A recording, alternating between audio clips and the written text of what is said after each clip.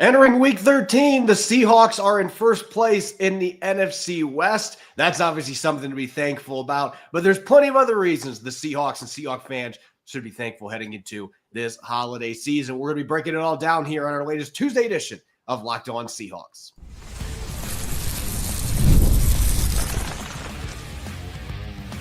You are Locked On Seahawks, your daily Seattle Seahawks podcast, part of the Locked On Podcast Network. Your team every day.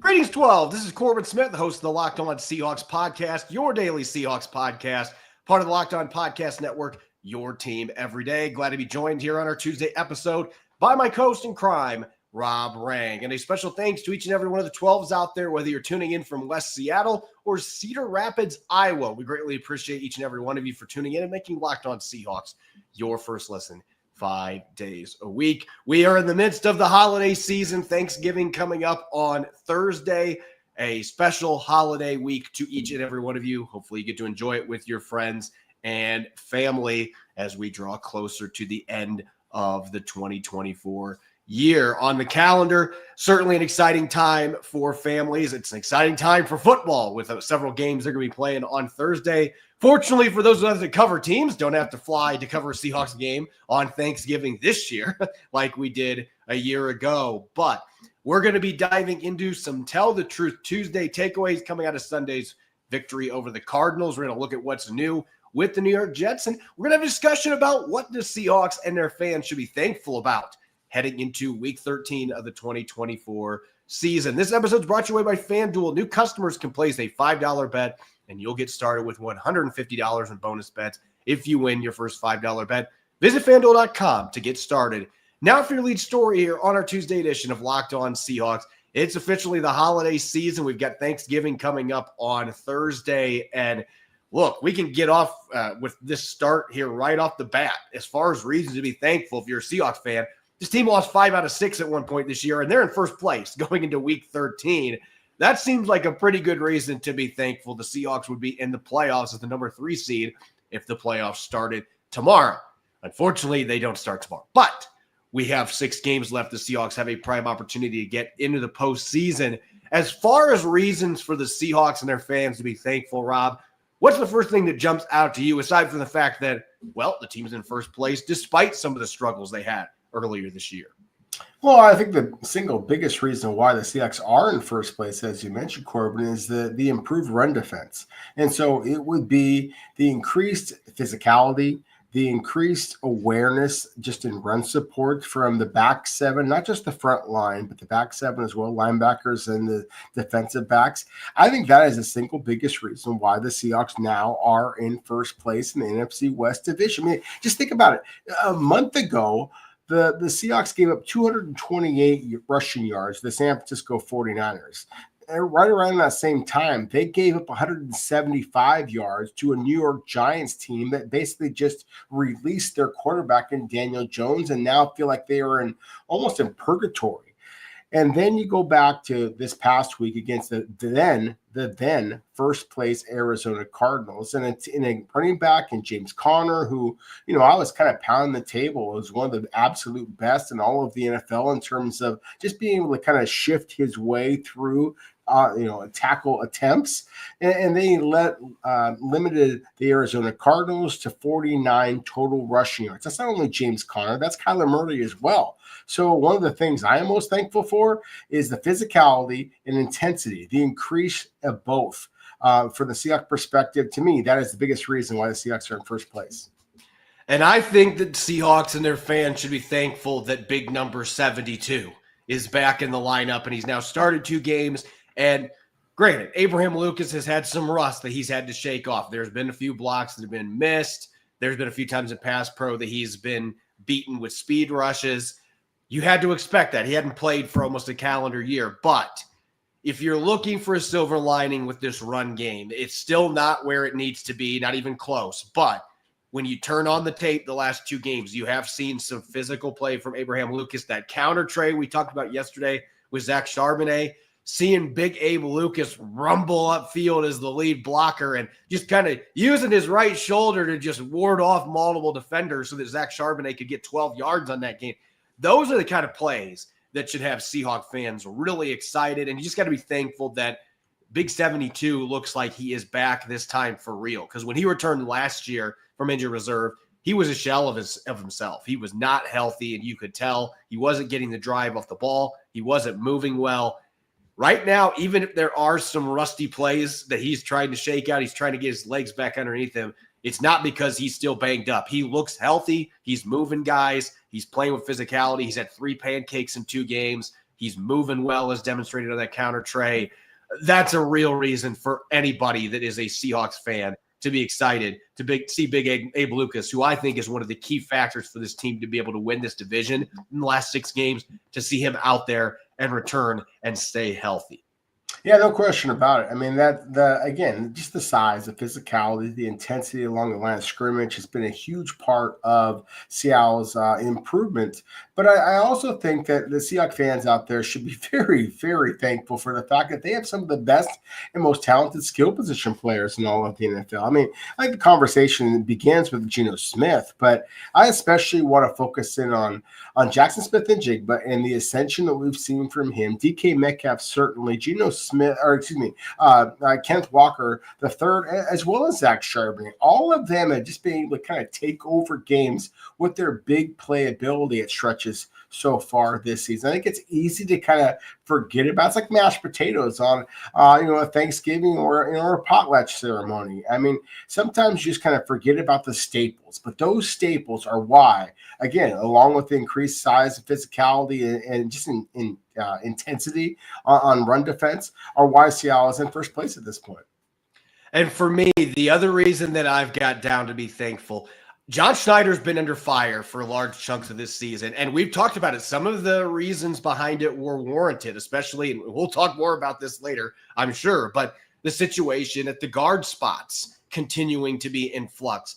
But there is something that you cannot deny with John Schneider. The Seahawks should be thankful that they have a trade deadline savant. When you look at the trades that he has made at the deadline over the years, Quandre Diggs, Carlos Dunlap, both came in and immediately upgraded their defense and were fantastic players for multiple seasons in Seattle.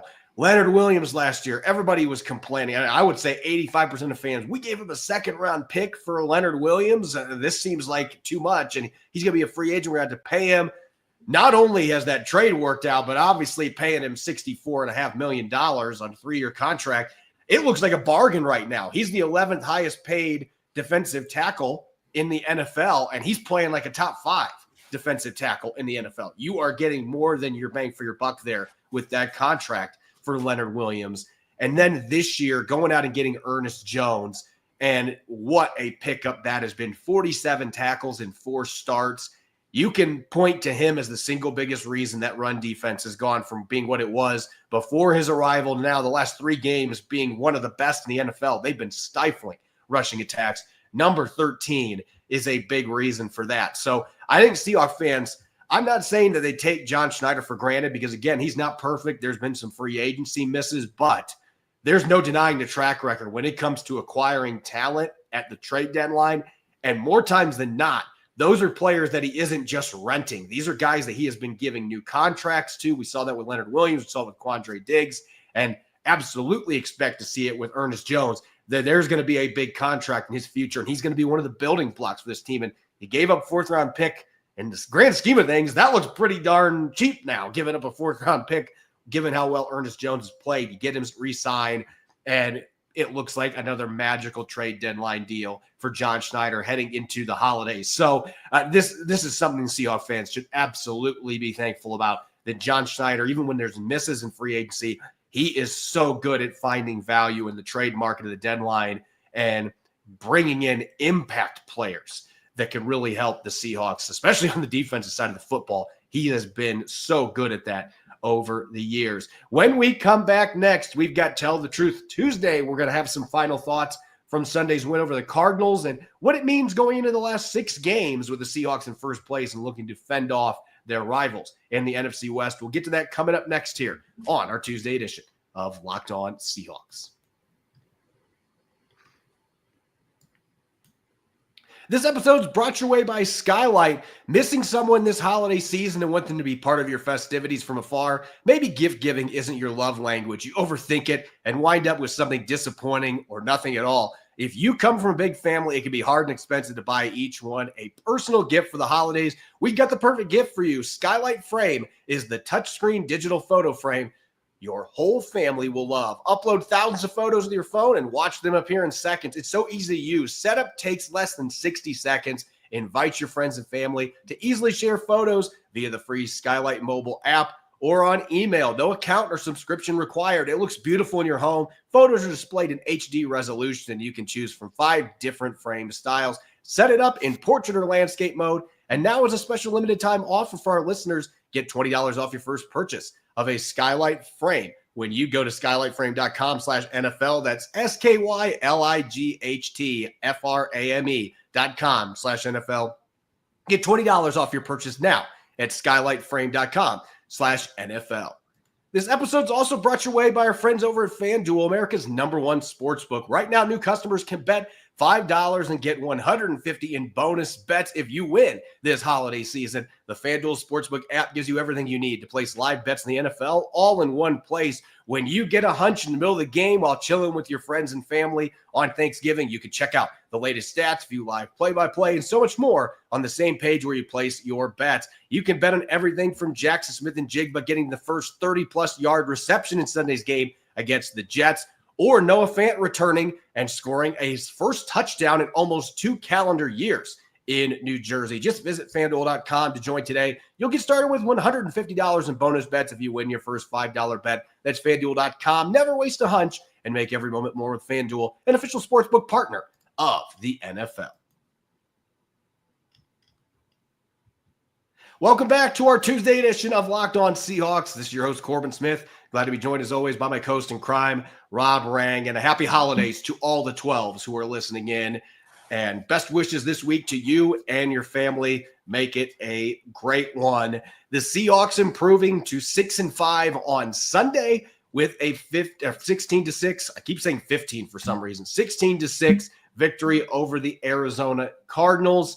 Seattle in first place in the NFC West going into Thanksgiving week. And a couple of weeks ago, that might have seemed extremely far-fetched. And yet, here we are. And as we do each and every week, it is time to dish out some final takeaways. Our Tell the Truth Tuesday takeaways. We've had the chance to look back at the film multiple times, Rob.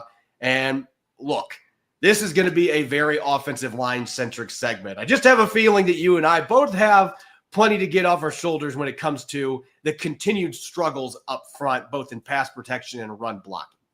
Yeah, sure. I'll start the conversation off with Christian Haynes, who obviously took over at the right guard position with Anthony Bradford going down due to injury. Look, I was excited about that. I mean, Christian Haynes was my number 45th overall ranked prospect in this draft class. Seattle selected him 81st. I thought that it was going to be an absolute slam dunk, that he was going to be able to come in, compete for a starting right guard position. When Anthony Bradford went down, I thought that, hey, Christian Haynes, here's your opportunity. He struggled. And that was one of the things that was disappointing to me. And, you know, Christian Haynes, again, I love the size, of the physicality about him, as I talked about before. That's one of the things I am most thankful about on the Seahawks, on the defensive side of the ball. There were some whiffs on offense, whether it be in pass protection or in run blocking. That was absolutely troubling. I really thought that this is his opportunity. Anthony Bradford, again, is hurt. So now you are the guy, Christian Haynes. You're a 4-year starter. You really should be able to kind of be effective in this football game.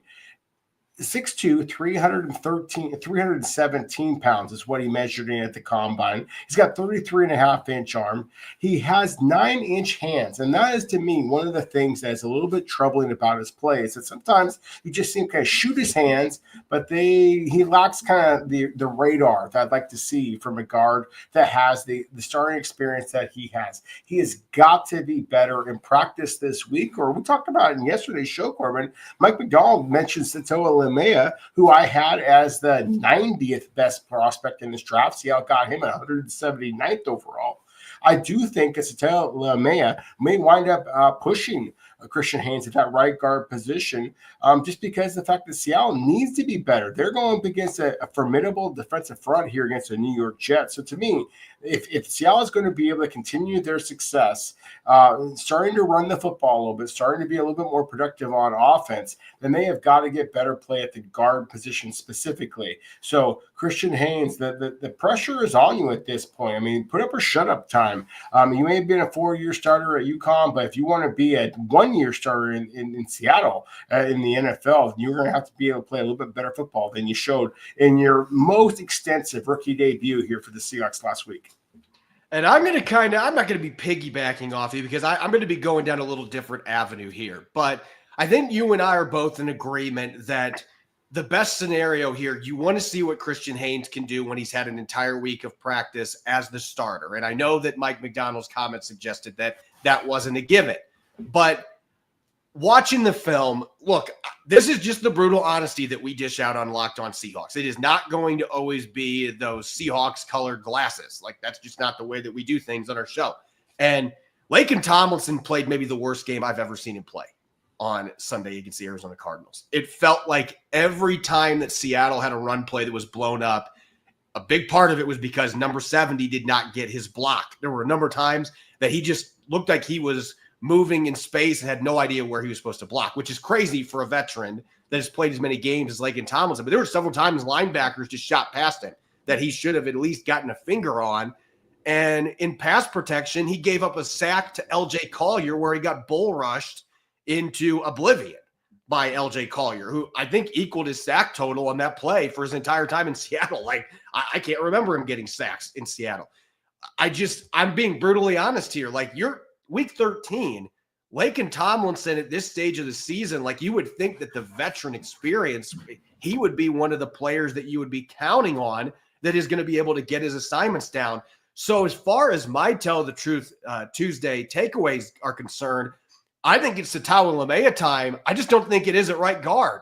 I'm putting both the rookies in and starting them. And I know that might seem crazy when you're dealing with a Jets defensive line that's got a number of really good players, including Quinnen Williams, a top 5 interior defensive tackle. It's always risky to do that, but what do you have to lose at this point? You're losing 4 yards a pop on like half your runs, it feels like, because your guards are not getting the job done. And specifically in this last game, it was Laken Tomlinson. And that's just the honest assessment. You go and turn on the tape. He was at the center of almost all those bad runs that didn't work. And you, at this point of the season, got to see if you got something in Tawalamea. Let him play. Let Christian Haynes play. If they go through some bumps and bruises you expect, there's going to be some lumps. Okay, that's what you're expecting with rookies. But things are already not looking great at that position. Why not put guys in that are rookies and let them develop right now? In the heat of a playoff race, I think you got to do something to shake up both those spots. I generally would agree with you. I don't know if this is exactly the week that I want to take Laken Tomlinson out. I think that there's some revenge factor coming back to New York in this particular game, but we'll get to that in tomorrow's show. I want to kind of talk about some of the other players that I really thought that, as far as the Tell the Truth Tuesday, and why that Seattle now finds himself in first place. And to me, you can't even start the conversation unless you focus in on number 48, Tyrese Knight. And I give you a lot of credit, Corbin. You talked about Tyrese Knight before, that you really thought that he was going to be, an upgrade at the inside linebacker position. I'll pat myself on the back. I mean, prior to the draft at Seahawks.com, I put Tyrese Knight in as a 5th round selection for the Seahawks in my final mock draft on that website. And the Seahawks didn't want to wait to the 5th round. They actually selected Tyrese Knight in the 4th round. And it's easy to understand why. I mean, this is the free-flowing, very instinctive inside linebacker who has had his opportunities as an edge rusher as well as dropping back into coverage. He has been one of the most productive tacklers in the entire country, high school, college, whatever level that you want to evaluate him in over the last 6 years. And so we are seeing that translate into success here in the NFL. It's funny because he had 9 tackles against the Arizona Cardinals. He had 5 solos, 1 sack, 1 tackle for loss, a quarterback hit. I thought that he should have been credited for a pass breakup as well. He's got this little kind of trademark move that he likes to do now, that when he helps break up a pass. He puts his hands behind his back. I think of that as something that's going to catch on fire out here in Seattle, just because of the fact that Tyrese Knight is one part of the duo, obviously along with the veteran Ernest Jones, that is absolutely transforming the Seahawks run defense from being mediocre or perhaps below average to one of the NFL's best here over the last couple of weeks of the season. Yeah, he's been a revelation. Josh Jobe has been a revelation. There was a play, the one that was returned by Tyrese Knight, that should have been a touchdown. I'm going to go to the grave saying Tyrese Knight should have scored a touchdown against the Arizona Cardinals his rookie season. To me, it just was not something that should have been overturned. But I digress. On that play, Josh Jobe on the outside against Marvin Harrison, Kyler Murray wanted to go to Marvin Harrison on a dig route. That was where he was planning to go there. And this is what we've seen from Josh Jobe. He is Captain Sticky. That's my nickname for him. He is not the most athletic guy. That was one of the reasons he didn't get drafted. He didn't test as well as I think a lot of people thought he was going to. But he is just suffocating in coverage. He is now under 1 yards per route run against him, according to NFL Next Gen stats. And on that play, Kyler Murray had to wait a little bit. And then when he was going to throw the ball to Marvin Harrison, I'm going to say this. If that ball gets out of there and Leonard Williams doesn't hit his elbow, Josh Jobe might have his second pick, because he was perfectly positioned to make a play on that football. On that dig route by Marvin Harrison, it was great kick step technique off the line of scrimmage, mirrored the receiver really well, was able to stay in front of him on that dig route. So he just continues to be a revelation. A passer rating below 60 against him in 5 starts. And Kyler Murray wasn't able to pick on him very much. That has just been the way things have gone. As far as my final Tell the Truth Tuesday takeaway, you mentioned the skill players as far as Seattle being thankful for it. Absolutely they should be. But I'm going to say you should be most thankful here for Jackson Smith and Jigba. And this, to me, is not going out on a limb anymore. I think Seattle's got a 1A, 1B situation. I think DK Metcalf is absolutely a number 1 caliber receiver in the NFL. But I think he's 1B right now. I think Jackson Smith and Jigba is now 1A for Seattle. You look at the last 3 games, he's had 37 receptions, almost 400 receiving yards. The only guy in Seahawks history that's done better in a 3-game span is a certain Hall of Famer named Steve Largent. He has been absolutely fantastic the last 3 games. And it feels like at this point, Geno Smith obviously still going to throw a lot of passes, DK Metcalf, but it seems like Jackson Smith and Jigba now has become more than just a security blanket. That is your volume target receiver. He's going to get the ball to him, short, intermediate, downfield. I think he has now taken over as Seattle's number 1 receiver. And to me, it isn't a hot take at this point. No, I would agree with you. I mean, in terms of production, it is not a hot take. I mean, JSN has been spectacular. I would argue that he wasn't nearly as effective when number 14 wasn't on the field, kind of pushing the safeties back and creating some open field opportunities here. And finally, I kind of want to mention on Josh Jobe, as you kind of highlighted him a moment ago. I mean, one of the reasons why this young man was not drafted coming out of Alabama as a 4-star recruit, originally at Miami, winds up transferring to Alabama, as he is an older prospect. He's going to be 27 this upcoming season when the Seahawks have to make a decision about him. But at the same time, there is no doubt that he is physical. He's instinctive, 5'11", 190 pounds at this point. He's got the 32.5-inch arms that Pete Carroll would have absolutely loved. Clearly, John Schneider, Mike McDonald also love. This just is one of the things we talked about before, the things that you should be thankful for. Seahawks fans should be thankful for the fact that they've got a general manager, a scouting staff, and now a coaching staff as well, who recognize that good players aren't necessarily highly drafted players. And so give these young men an opportunity. And sometimes they are going to kind of quote unquote surprise you a little bit. Josh Jobe, Tyrese Knight are 2 of the players certainly who have earned these opportunities and have absolutely run with them. And I'm going to have one pushback here because the holidays have grappling. We know it with our family, but Jackson Smith and Jigba should have went for 250 in one of the games that DK Metcalf missed. So I'm going to push back that, yeah, DK coming back certainly helps, but JSN kind of begins his descent without DK Metcalf out there, which is another reason that I think he is now Seattle's de facto 1A receiver. Got to get those friendly Thanksgiving barbs in here on our Tuesday show. When we come back, we got to shift focus to Week 13, the 3-8 New York Jets. Could this be a trap game, though? Absolutely. We're going to be talking about what's new with the New York Jets. The Seahawks prepare for their road matchup at MetLife Stadium. Don't go away. You're listening to the Locked On Seahawks podcast. History, economics, the great works of literature, the meaning of the U.S. Constitution. You may or may not have studied these things in school, and even if you did, you probably don't remember them. It's time for a refresher. Time and technology have changed a lot of things, but they have not changed basic fundamental truths about the world and our place in it.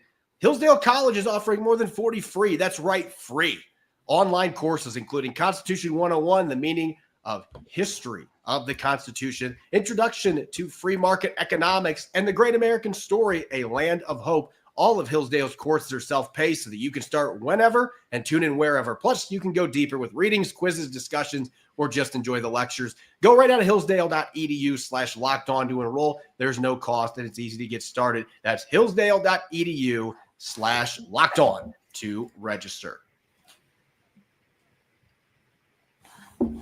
Welcome back to the Tuesday edition of Locked On Seahawks. I'm your host, Corbin Smith. Glad to be joined, as always, here this holiday season by my co-host in crime, Rob Rang. And a special thanks to all the 12s who are tuning in. Thank you, as always, and happy holidays to each and every one of you. The Seahawks preparing to head to East Rutherford. I believe their final Eastern time zone trip this year. Chicago is Central Time, so I think this is the last time the Seahawks have to make this trek for an early 10 a.m. Pacific time start, and it's going up against probably the most disappointing team in the NFL to this point.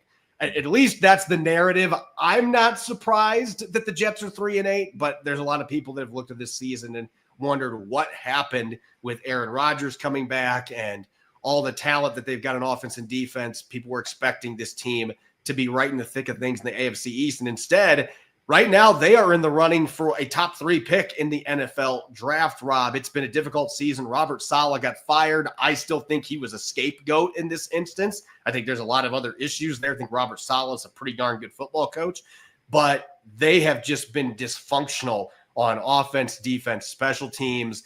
But nonetheless, when you look at the roster and you look at some of the additions that they've made, both before and during the season, there is enough talent there to believe the Jets any given Sunday can show up and actually play to the level a lot of people thought they were going to this year instead of starting off 3-8.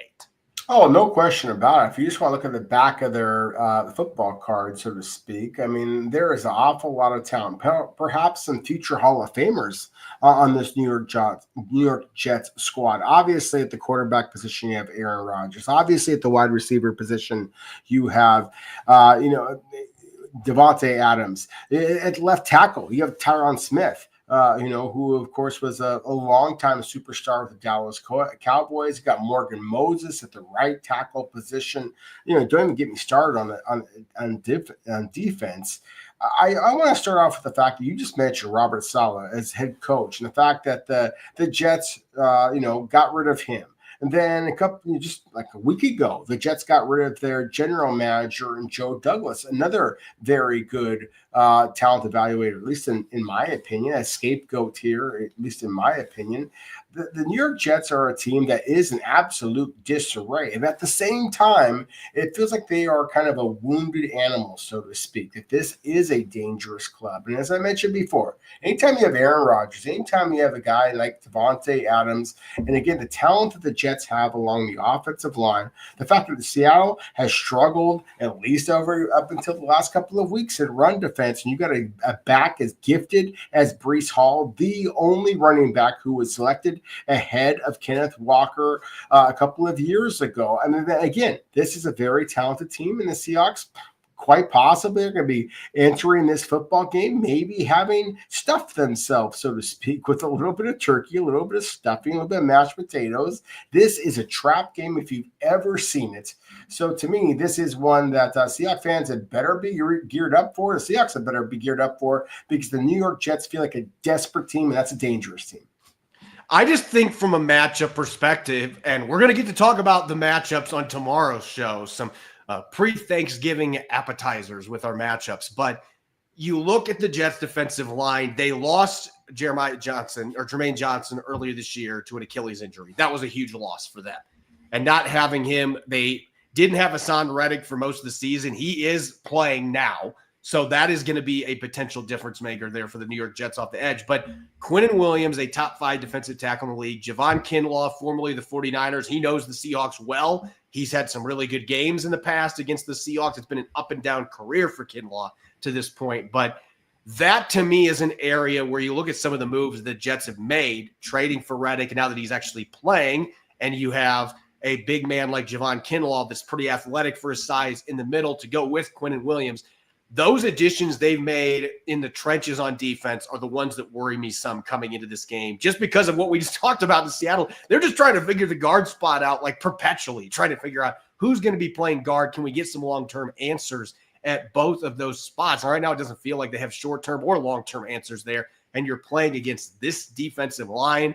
That's worrisome. And I want to bring up another name. You mentioned Breece Hall, but the Jets have 2 running backs that can get the job done.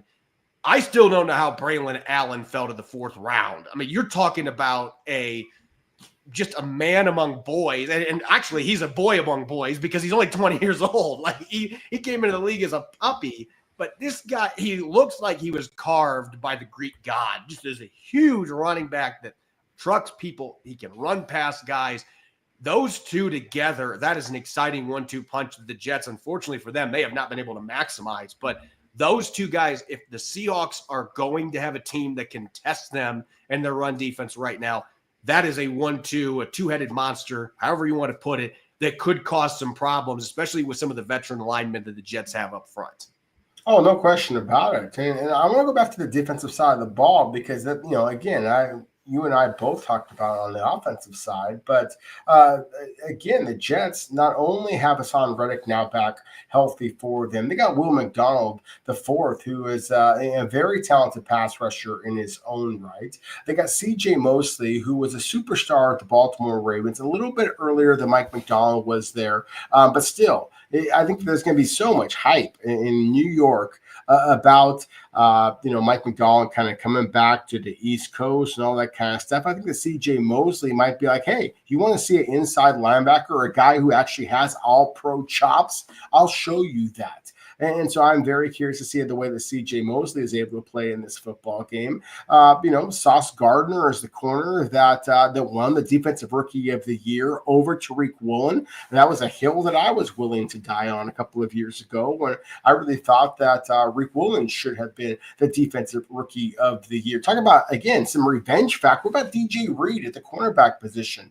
So, a former Seahawks star, the John Schneider, as we talked about before, and we're kind of, just praising him for some of his moves and the fact that he stole DJ Reed from the San Francisco 49ers and now he signed with the Jets as a big-time free agent contract. I think that he is going to want to play well against the Seattle skill position talent that we talked about before. Geno Smith, of course, a former Jet himself. So there's so many different factors in this game, Corbin, I think are fascinating storylines that I really think this makes that a game that it's going to be easy for a lot of folks to kind of just, eat too much turkey and kind of fall asleep a little bit on the storylines. But I think that this is a winnable game, but also a losable game for the Seahawks. So I'm excited about tomorrow's show where we're really going to kind of break down the different one-on-one matchups that are going to result in whoever's going to win this football game.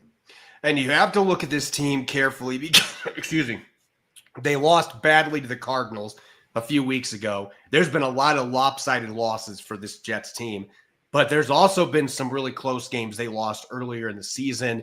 They were hanging with the 49ers in the opener. Now, those 2 teams look totally different because of injuries and everything else that's gone on in week 1. But it is, again, a team that as long as Aaron Rodgers under center, even if he is not what he once was, it's still Aaron Rodgers. So you cannot sleep on this team, especially when you're making that long road trip. And I guarantee Mike McDonald's going to be pushing the right buttons on that. He's like, look, we don't have margin for error. We are in a tiebreaker situation for first place in the division. We need to stack wins. But this is going to be a Jets team that's going to be looking to play spoiler here in the last 6 games. And a lot of guys playing for roster spots next year, either in New York or elsewhere. So these games have meaning for different reasons for opponents that are clearly out of the playoff race. As you mentioned, we come back tomorrow. It'll be Matchup Wednesday. Hope you'll be tuning in. As always, you can follow me on X and Blue Sky at Corbin Smith NFL. You can follow Rob at Rob Rang. Make sure to subscribe to Locked On Seahawks on YouTube and wherever you get your podcast to make sure you don't miss a single episode. Make sure you tune in tomorrow. We got Matchup Wednesday, some pre-Thanksgiving appetizers, all those key matchups to watch when the Seahawks and Jets battle at MetLife Stadium. Enjoy the rest of your Tuesday night, and thanks for listening in. Go Hawks.